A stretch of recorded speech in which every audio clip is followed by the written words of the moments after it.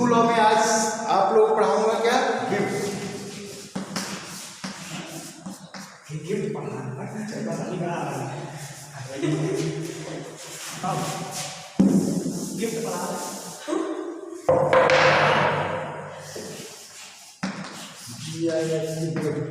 दान।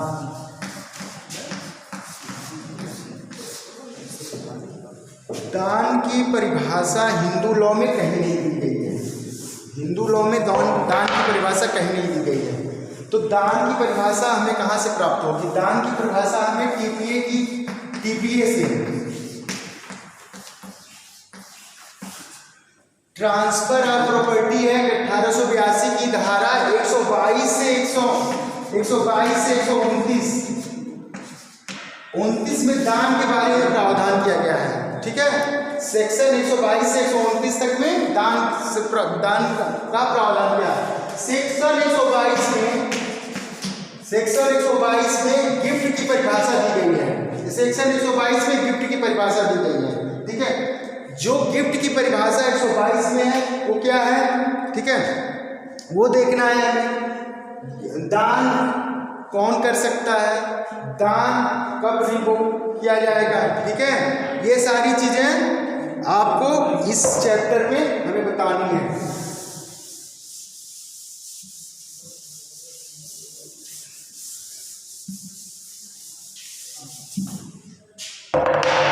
गिफ्ट,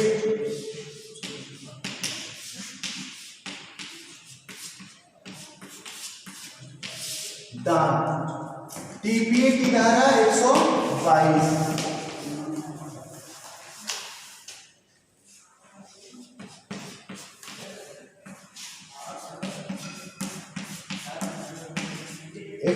में परिभाषा दी गई है। क्या परिभाषा है टीपीए की 122 में? दान किसी वर्तमान जंगम या स्थावर संपत्ति का यह अंतरण है। दान किसी वर्तमान जंगम या स्थावर संपत्ति क्या है? यह अंतरण है जो एक व्यक्ति द्वारा जो दाता कहलाता है, दूसरे व्यक्ति को जो अदाता कहलाता है, स्वेच्छा और प्रतिफल के बिना किया गया हो, अदाता द्वारा या उसकी ओर से प्रतिग्रहित किया गया हो, इसे दान कहते हैं। ठीक है, ट्रांसफर ऑफ प्रॉपर्टी एक्ट में जो परिभाषा दी गई है मैं अभी बताया हूं आप लोगों को। ठीक है, धारा 122 में परिभाषा टीपीए दी गई है। तो दान की परिभाषा से क्या क्या निकल के आना? पहला, दाता कौन होगा, दूसरा अदाता कौन होगा, तीसरा दाता अदाता स्वेच्छा से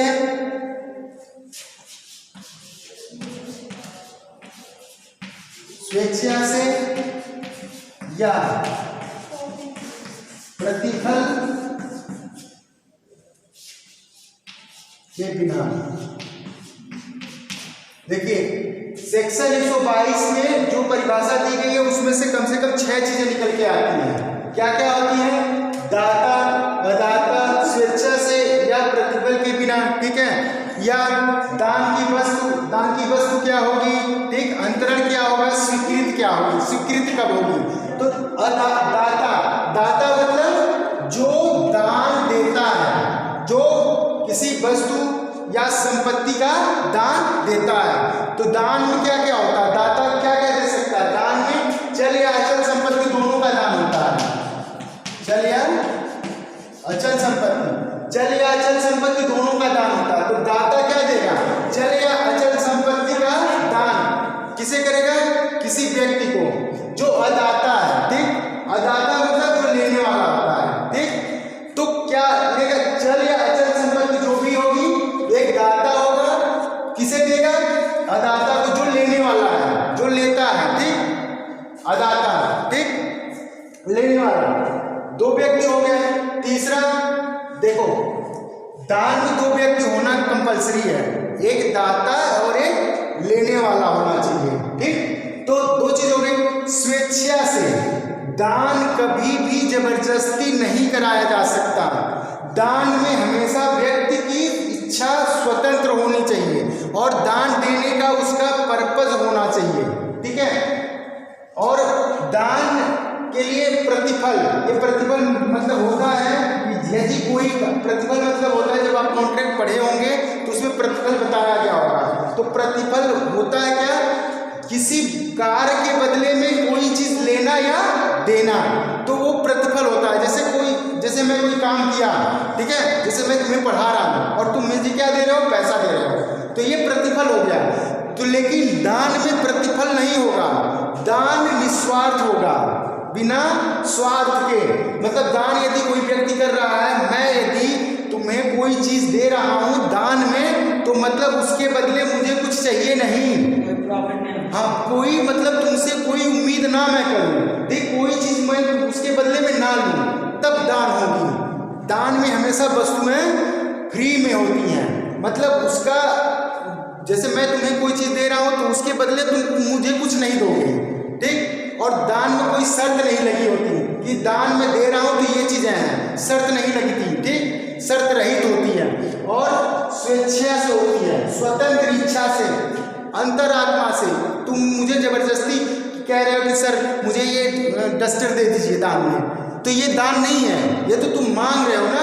दान स्वेच्छा होना चाहिए। मैं यदि मेरी इच्छा है तो मैं तुम्हें ये कह रहा हूँ लो डस्टर ले जाओ दान में, ठीक है, तो ये दान में हो गया। लेकिन यदि मैं इसके डस्टर के बदले कोई चीज तुमसे उम्मीद करता हूँ तो ये दान नहीं होगा। दान में ये चीज नहीं होती कि दूसरे से हम प्रतिफल लें, ठीक। तीन चीजें हो गई, तीन। चौथी क्या है, दान की वस्तु।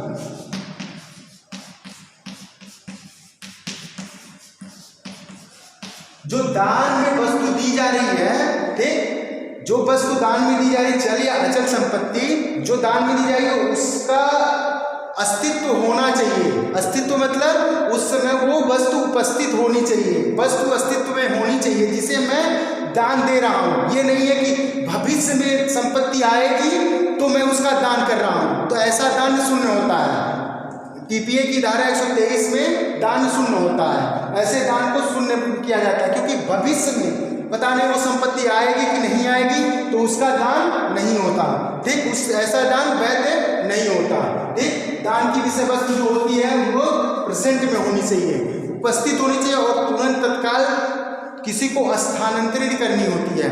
मतलब एक व्यक्ति जो दान कर रहा है वो दूसरे व्यक्ति को वो वस्तु तुरंत परिधान कर दे, ठीक है, ऐसी वस्तु होनी चाहिए। पांचवा अंतरण है।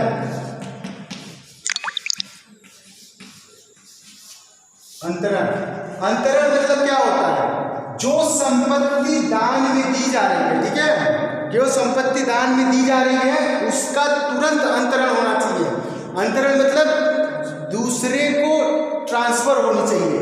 जो मैं यदि मैं डस्टर लिया हूं और डस्टर मैं तुम्हें दे रहा हूं तो तुरंत उसका स्वामित्व और कब्जा तुरंत तुम्हें देना होगा। स्वामित्व मतलब अब मेरे स्वामित्व में है, मालिकाना हक किसका है, मेरा है, ठीक। उसके बाद तुम्हारा क्या है, जब मैं इसे दे रहा हूं तो तुम स्वामी भी हो गए और इस वस्तु पे कब्जा भी तुम्हारा हो गया, ठीक है। इस वस्तु पे कब्जा किसका हुआ, तुम्हारा हुआ। दान में ये दोनों चीजें आवश्यक है, स्वामित्व का अंतरण होता है या कब्जे का अंतरण होता है, ठीक। तो अंतरण होना जरूरी है, ठीक। वस्तु पे स्वामित्व का अंतरण या कब्जे का अंतरण होना ही चाहिए, ठीक, तभी वस्तु दान में दी हुई मानी जाएगी, ठीक। छठा क्या है, स्वीकृति।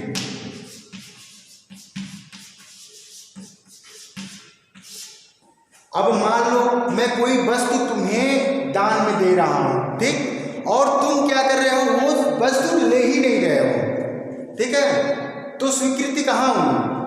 दान तो मैं दे रहा हूं लेकिन लेने वाला ही कोई नहीं है। मैं दान तुम्हें कर रहा हूं बस, लेकिन तुम कह रहे हो नहीं मुझे वस्तु चाहिए ही नहीं, तो दान कहाँ हुआ। दान में स्वीकृति जरूरी है। यदि कोई जिसको आप दे रहे हैं दान, उसे स्वीकृति उसकी होनी चाहिए, वो वस्तु को ले ले, ठीक, स्वीकृति उसे ग्रहण कर ले, उस वस्तु को वो ग्रहण करे, ठीक, एक्सेप्ट करे, ठीक। अब क्या है, अब दान की विषय वस्तु।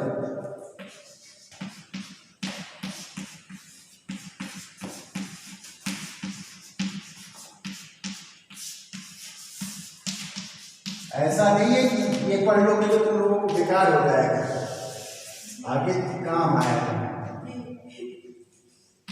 दान की विषय वस्तु, जो दान की विषय वस्तु जो होती है, ठीक है, वो क्या क्या है? तो ठीक है, पहला है दान की विषय वस्तु।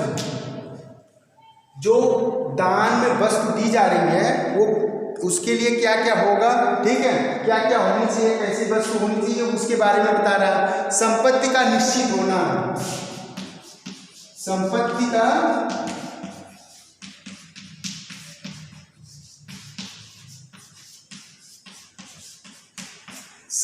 का निश्चित होना मतलब मैं पहले ही बता दूं, वस्तु जो वस्तु है उसका निश्चित होना चाहिए।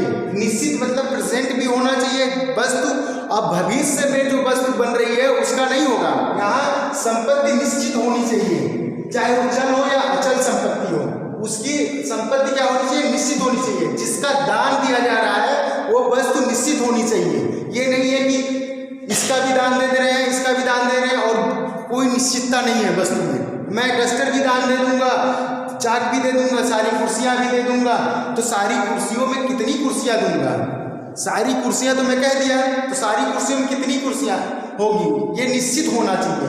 ये नहीं कि बोल दिया सारी, मैं कह दिया सारा कॉलेज, तो सारा कॉलेज में, इस कॉलेज में ये भी आ रहा है वो भी आ रहा है, ठीक है, दोनों आ रहा है। तो यहाँ निश्चित करना पड़ेगा कि कौन सा कॉलेज, लॉ कॉलेज या एकेडमी, निश्चित करना होगा। कितनी कुर्सियां निश्चित करनी होगी, ठीक है, ये सारी चीजें निश्चित होगी। यदि अनिश्चितता है तो ऐसा दान शून्य होगा, जीरो हो जाएगा, ऐसा दान प्रभाव नहीं रखेगा।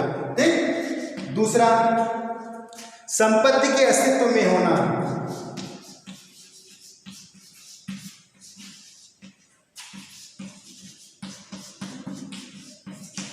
संपत्ति का अस्तित्व में होना, संपत्ति अस्तित्व में होना चाहिए। यदि संपत्ति अस्तित्व में नहीं है तो ऐसा दान यदि कर भी दिया जा रहा है तो वो शून्य होगा। ठीक है, मैं बताया ना कि जैसे भावी माल, किसी कंपनी में माल बन रहा है और अगले दिन 10 दिन बाद बन के तैयार होगा तो मैं उसको दान कर दूंगा, दान कर रहा हूँ, आज ही दान कर रहा हूँ, लेकिन क्या वस्तु का अस्तित्व नहीं है। दान में वस्तु का अस्तित्व होना जरूरी है। जिस समय दान किया जा रहा है उस समय वो वस्तु मौजूद होनी चाहिए। ये नहीं है कि भविष्य में वस्तु बन रही है उसका मैं दान कर रहा हूँ आज ही, ठीक, तो ऐसा दान शून्य होगा, तो ऐसे दान का प्रभाव शून्य होगा, ऐसा दान वैध नहीं होगा। विधि के विरुद्ध होने के नाते या ये अस्तित्व में न होने के नाते ऐसा दान शून्य माना जाएगा। ठीक। तीसरा क्या है, चल या अचल संपत्ति बताया है।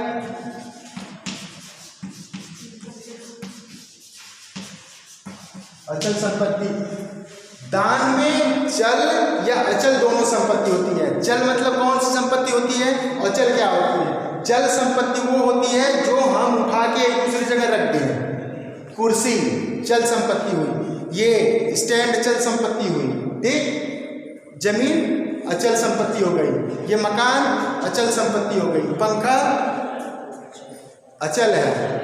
पंखा अचल है तब तक जब तक इसमें जुड़ा हुआ है। जैसे इसको अलग करोगे, ठीक है, इसमें से जब टीपीए पढ़ोगे तो भूबद्ध चीजें होती हैं, तो वो अचल और अचल संपत्ति वहाँ बताई गई है कि कब कौन सी अचल होगी, कब कौन चल होगी। तो ये जो पंखा जब तक लगा हुआ है तब तक अचल है, और जैसे ये निकल गया तो ये चल हो जाएगा।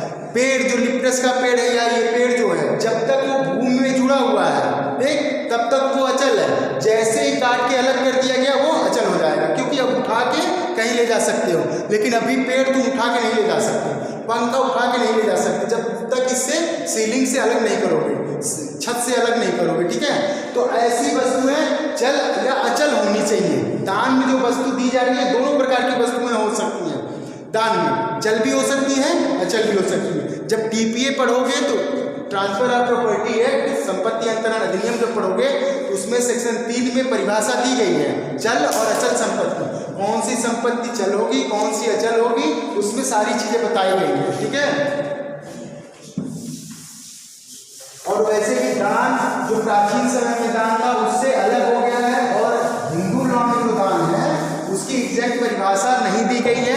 और जो ये हम दान पढ़ रहे हैं ये टीपीए के अंतर्गत गवर्न हो रहा है, टीपीए से के अंतर्गत गवर्न हो रहा है। हिंदू विधि में अब दान का कोई कॉन्सेप्ट नहीं रह गया है, ठीक है। जो भी अब संपत्ति चल या अचल संपत्ति जो भी दान में दी जाएगी वो हिंदू विधि के अंतर्गत नहीं दी जाएगी। ये सिलेबस में है इसलिए पढ़ा दिया जा रहा है, लेकिन हिंदू लॉ में दान नहीं है। दान हिंदू लॉ में अब प्रेजेंट टाइम में खत्म हो गया है। ये हिंदू वो ट्रांसफर ऑफ प्रॉपर्टी एक्ट के अंतर्गत दान जो होगा वो होगा, ठीक है, अचल या चल संपत्ति का। हिंदू लॉ के अंतर्गत दान का कोई कॉन्सेप्ट नहीं है, अब वर्तमान में कोई कंसेप्ट नहीं है। ये सिलेबस में है हिंदू लॉ में, इसलिए हम पढ़ा रहे हैं, ठीक है। लेकिन दान का अब कॉन्सेप्ट हिंदू में नहीं रह गया, हिंदू लॉ में, ठीक।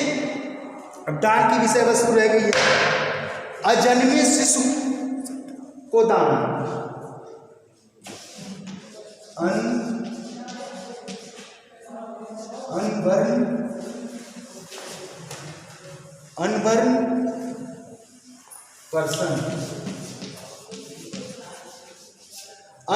पर्सन, ठीक है। अजन्मे बच्चे के लिए अब दान में क्या है प्रक्रिया ये बताया।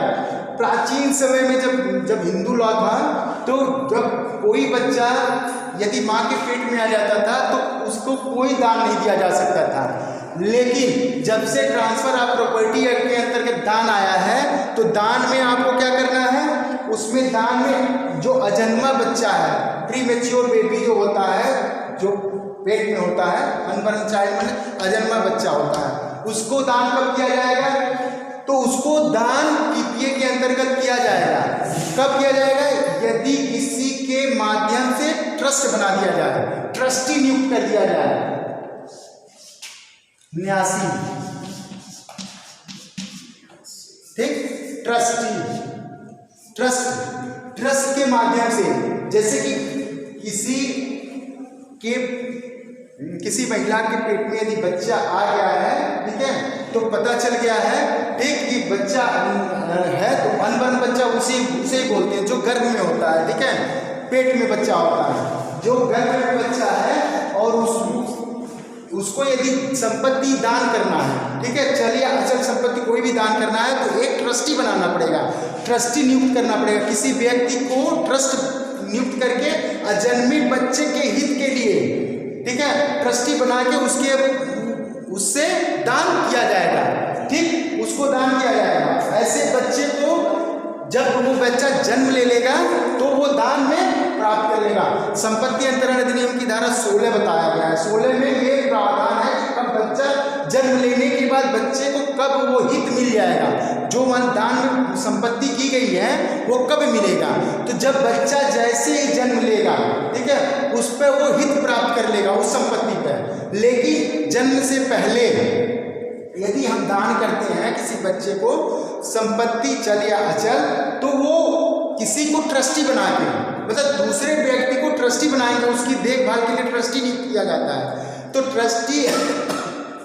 ट्रस्ट बना के यदि नियुक्त कर दिया जाता है तो वो ट्रस्टी जैसे ही बच्चा जन्म लेगा उस पर वो हित पा जाएगा, ठीक है।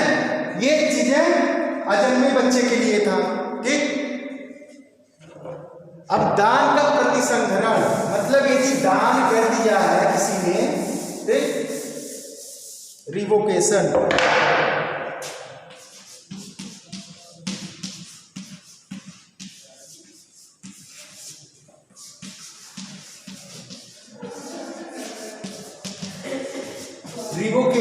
यदि दान कोई व्यक्ति कर दिया है, ठीक, मान लो दान कर दिया, हमने दान कर दिया, ठीक, या तुमने किसी को दान कर दिया, चलिए अचल संपत्ति का दान कर दिया, तो अब दान गलत हो गया, ठीक, तुम्हें लग रहा है कि मैंने दान गलत कर दिया, या दान किसी ने तुम्हें धोखे में रख के करवा लिया, ठीक, या आध्यात्मिक धर्म, जैसे क्या होता है, कभी कभी एग्जाम्पल दे रहा हूँ, कभी कभी जो हमारे धर्मगुरु होते हैं, धर्मगुरु जो होते हैं वो क्या करते हैं कि हमें, यदि हम किसी धर्मगुरु के पास जाते हैं तो हमें इतना आध्यात्मिक ज्ञान देते हैं, धार्मिकता से जोड़ देते हैं कि आदमी अपना हर चीज दान करने के लिए इच्छुक हो जाता है, इतना वो मैनिपुलेट कर देते हैं, इतना तो वे वो दान के बारे में बता देंगे, केसेस बहुत हैं, ठीक है।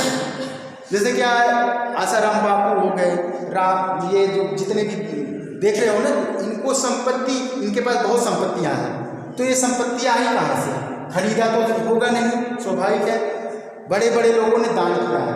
तो आध्यात्मिकता में क्या होता है, कभी कभी जैसे तुम जाते हो तो कहते हैं कि तुम अपनी सारी संपत्ति दान कर दो, मानव जीवन में रखा क्या है, जो भी ज्ञान देते हैं, तो ज्ञान में आके तुमने क्या किया, सारी संपत्ति दान कर दी, और तुम्हें ऐसा लग रहा है कि अरे हमें तो ये करना ही नहीं चाहिए, गलत हो गया। तो अब भाई दान तो कर दिए, तो ऐसा नहीं कि दान कर दिए तो अब उसको तोड़वाना है। यदि लगता है कि हमने आध्यात्मिकता में, या असम्यक असर इसे बोलते हैं, असम्यक असर बोलते हैं, जब कॉन्ट्रैक्ट पढ़ा होगा, तो 16 सेक्शन 16 पढ़ा होगा, तो उसमें असम्यक असर होता है। असम्यक असर कब डालूंगा? जैसे मैं टीचर हूँ, ठीक है, नहीं टीचर तो नहीं डाल सकता ज़्यादा, लेकिन वकील है, डॉक्टर है, आध्यात्मिक गुरु हैं, तो ये लोग क्या करते हैं, असम्यक असर डालते हैं। डॉक्टर ने यदि कह दिया कि आपको ये बीमारी है और आप मुझे ये चीज़ दान कर दीजिए तो मैं आपकी बीमारी सही कर दूंगा, तो आदमी घबरा के दान करता है, इसे असम्यक असर बोलते हैं। मतलब अब तुम्हारा दिमाग काम नहीं कर रहा है।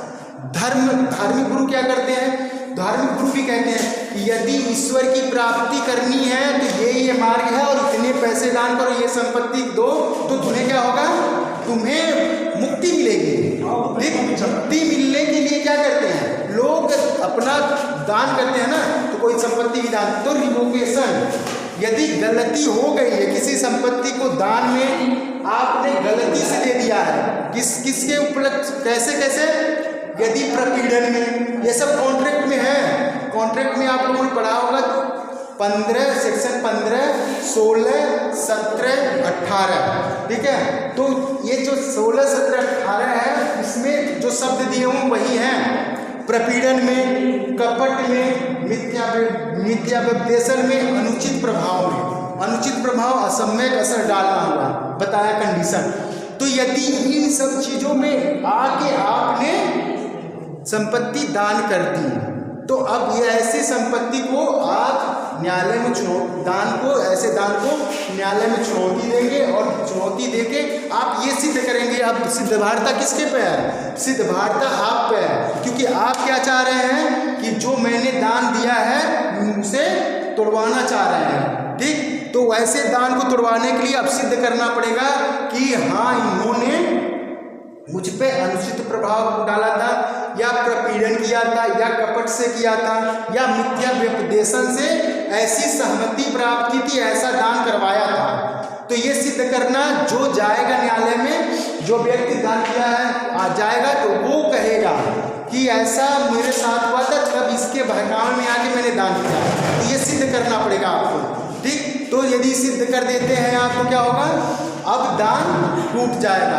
अब दान टूट जाएगा और आपको सारी प्रॉपर्टी आपको वापस मिल जाएगी, ठीक है। ये होता है दान के सारे प्रोसीजर बता दिया, ठीक। लेकिन हिंदू लॉ में दान का कोई कॉन्सेप्ट नहीं है, ये दिमाग में रखना, सिलेबस में है इसलिए बस पढ़ाया जा रहा है। दान हमेशा इस समय TPA के अंतर्गत गवर्न होगा, ट्रांसफर ऑफ प्रॉपर्टी एक्ट होता है, पढ़ोगे आप आगे, उसके अंतर्गत 122 से 129 तक में प्रावधान दिया गया है कब दान कैसे किया जाएगा।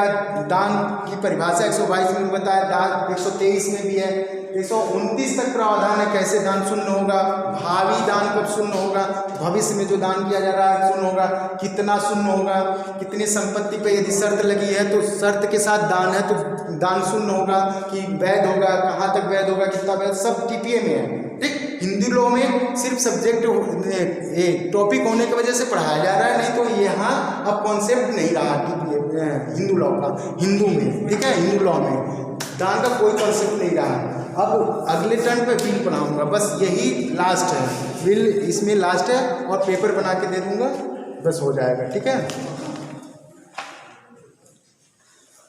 चलो हो गया।